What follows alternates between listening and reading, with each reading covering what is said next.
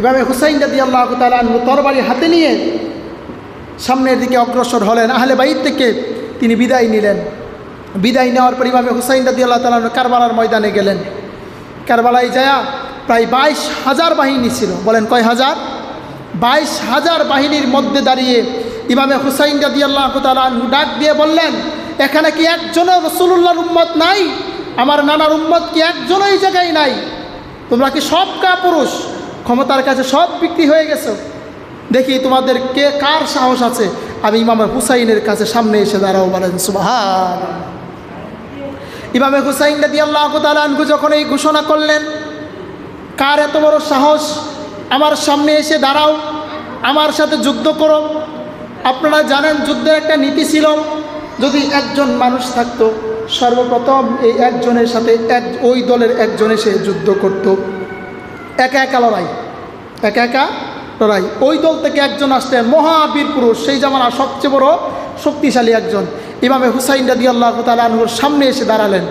দাঁড়িয়ে বললেন, হুসাইন আমি তোমার সাথে যুদ্ধ করব। ইমামে হুসাইন রাদিয়াল্লাহু তাআলা আনহু 3 দিন পর্যন্ত পানি পর্যন্ত পান করেন, শরীর ক্লান্ত অবস্থায় আছে। ইমামে হুসাইন রাদিয়াল্লাহু তাআলা আনহু এইভাবে তরবারি ধারণ করে, ও যখন ইমামে হুসাইন রাদিয়াল্লাহু তাআলা আনহুর দিকে তরবারি ধারণ করলেন, ইমামে হুসাইন রাদিয়াল্লাহু তাআলা তরবারি দিয়ে একটা আঘাত করলেন, তাকে 2 টুকরা করে দিলেন। বলেন সুবহান। এইভাবে একজন নয়, 2 জন নয়, কয়েকশো কাফেরকে জাহান্নামে নিক্ষেপ করলেন। বলেন সুবহান। এই অবস্থায় যখন ইমামে হুসাইন রাদিয়াল্লাহু তাআলা আনহু এই পরিস্থিতি দাঁড়িয়েছে, শত শত কাফেরকে জাহান্নামে পাঠিয়ে দিয়েছে, শেষ পর্যন্ত ইমামে হুসাইন রাদিয়াল্লাহু তাআলা দুর্বল হয়ে গেলেন। আর কাফেররা দেখতেছেন যে একা একা যদি পাঠায় ইমাম হুসাইনের সাথে পারা সম্ভব না। তখন তারা 4-5 থেকে ইমাম হুসাইনকে ঘুল করে ঘেরাও করে ধরলেন। ধরে ইমাম হুসাইন রাদিয়াল্লাহু তাআলা আনহুর দিকে লক্ষ্য করে তীর ছুটতে লাগলেন, বল্লম ছুটতে লাগলেন, তরবারির আঘাত দিতে লাগলেন। ইমামে হুসাইন রাদিয়াল্লাহু তাআলা আনহু তরবারির আঘাত, তীরের আঘাত খাইতে খাইতে দুর্বল হয়ে গেল। দুর্বল হয়ে যাওয়ার পর ইমামে হুসাইন রাদিয়াল্লাহু তাআলা আনহু যেই ঘোড়ার উপরে ছিলেন, ঘোড়ার উপর থেকে পড়ে গেলেন। যখন পড়ে গেল তখনই সেই সীমার, নিষ্ঠুর সীমার ইমামে হুসাইন রাদিয়াল্লাহু তাআলা আনহুর সিনা মুবারকের উপরে এসে বসে যায়।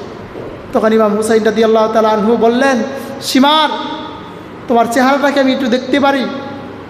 তখন সীমার তার মুখের চেহারার কালো কাপড়টা সরিয়ে দিলেন। ইমামে হুসাইন রাদিয়াল্লাহু তাআলা আনহু বলতেছেন, গত রাত্রে আল্লাহর হাবিব আমার নানা রাসূলুল্লাহ তোমার চেহারা দেখিয়ে বলেছেন ওই তোমাকে শহীদ করবে। বলেন সুবহানাল্লাহ। আর রাসূল সাল্লাল্লাহু আলাইহি ওয়াসাল্লাম আজ থেকে 30 বছর আগে আমাকে ঘোষণা দিয়ে গেছেন যে একটা ডুরাকাকা কুকুর আমি দেখেছি, আমার আহলে বাইতের রক্তের উপরে তারা মুখ লাগিয়েছে, এই ডুরাকাটা কুকুর হলো তুমি সেই সীমার। বলেন নাউজুবিল্লাহ। লম্বা ঘটনা। ইমামে হুসাইন রাদিয়াল্লাহু তাআলা আনহু যখন ইমাম হুসাইন রাদিয়াল্লাহু তাআলা আনহু সিনার উপরে যখন সেই সীমার এসে বসলেন, ইমামে হুসাইন রাদিয়াল্লাহু তাআলা আনহু বলতেছেন, সীমার আমি জানি তুই আমাকে শহীদ করবি, আমি এই জায়গা থেকে যাব না, কিন্তু শেষ সময় তোমার কাছে একটা আবদার জানাই, আমার সেই আবদারটা পূরণ করো। শরীরের ভিতরে প্রায় শত শত তীর, বল্লম এবং তরবারির আঘাত লেগেছিল। এই অবস্থায় ইমাম হুসাইন রাদিয়াল্লাহু তাআলা আনহু বলতেছেন, আমাকে 2 রাকাত জুমার নামাজ পড়ার সুযোগ দাও।